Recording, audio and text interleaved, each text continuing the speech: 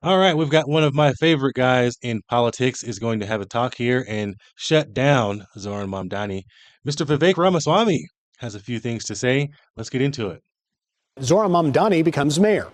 Cuomo insisting he's still in the race, saying, quote, "It's all or nothing. We either win or even I will move to Florida. God forbid." Vivek Ramaswamy is running as Republican for governor of Ohio, and he joins us now. So great to see you. So, there is something to be said about the way Zohran Mamdani has actually talked about important issues. And they're issues that you have always been very vocal about talking about, particularly to young people. How do Republicans salvage these young voters?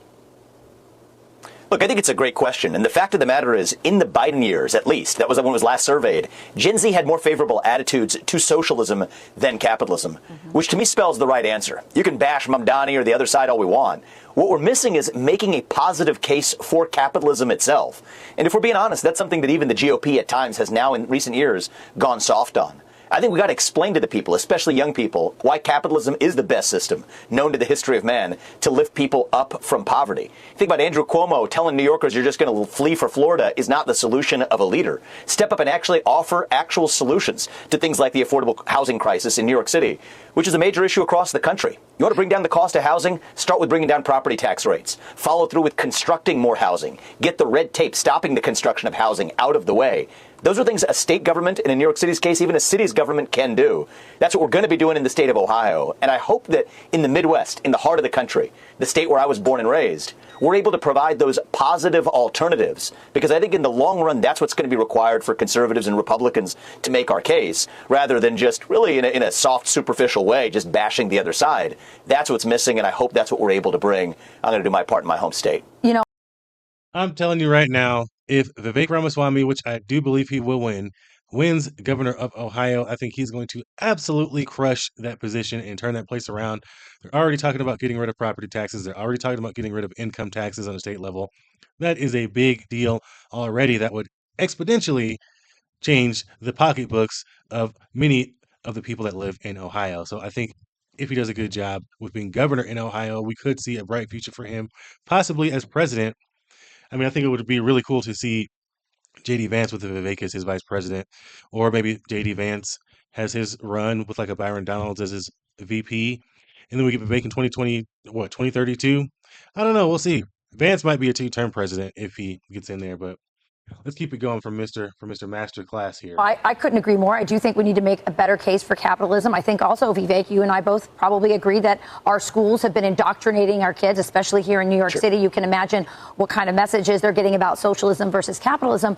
But to your point, capitalism that is not sort of grounded or parallel with morality doesn't work. You just get greed. And I think that young people are really smart, and they're seeing that they're seeing these things fall apart. And one of the things I liked about your message when you were running for president, I'm sure you're giving this message as you're running for governor, is you talked a lot about religion, morality, the role of the family in sort of creating a society that's ethical enough to handle something as wonderful and free as capitalism. That is absolutely true. And these are the conversations we ought to be having, because I often say this, Rachel, is virtue is a precondition for capitalism to work. Yeah. If our wants match our needs, then capitalism is the best system that you could imagine. But when your wants diverge from your needs, think about the modern internet, think about modern marketing online. That's what drives at those wedges. And so these are the more nuanced conversations that I want to see us have on the right. That starts with the family. That starts with basic education. But if young people are cultivated to fill that vacuum of purpose and meaning with the real thing, faith, family, patriotism, hard work, that then creates the conditions for a generation of citizens who are so inculcated with the right values and virtue that then capitalism works to be able to actually lift people up. And instead of then bashing billionaires, the real question is, how can we ensure that all young people are able to enjoy the most important things that billionaires do? Access to a world-class education, access to a system that actually allows them to build a family and a home they own. Those are the positive solutions in the direction we need to be talking about. Hey, Vivek, I got to ask you about this. A PAC supporting your gubernatorial run has bought digital billboards in Times Square telling New Yorkers worried about Zohran, Ohio is waiting for you. You can see him here. It's a pretty clear picture, Vivek, of, which choice voters might want to make. But you're trying to pull New Yorkers to Ohio. Certainly the right ones who want to embrace that American spirit of positive ambition. I want to create an Ohio that is a home for them. And it's somewhat personal to me, actually, because I was born and raised in Ohio, lived there all the way through high school. But then after I went to college on the East Coast, I actually started my first business in New York City. It was the seat of positive ambition in the country. Sadly, that New York City doesn't really exist anymore. You go through the de Blasio years. In some sense, Mamdani would just top it off.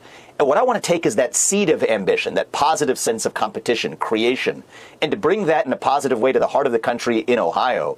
We're going to become a zero-income tax state. We're going to cap property taxes. Zero-income tax includes zero capital gains tax. At the same time, we're going to reform not just school choice, which I believe in, but also actually improve the quality of the public schools by bringing some level of performance management, making sure the best teachers are able to be compensated more than the starting salary of $40,000 a year in public schools. And I think those are the kinds of solutions that I hope makes Ohio not just one of the best states in the Midwest, but the top state in the country to raise a young family, to be able to give our kids that world-class education that I believe is the birthright of every American.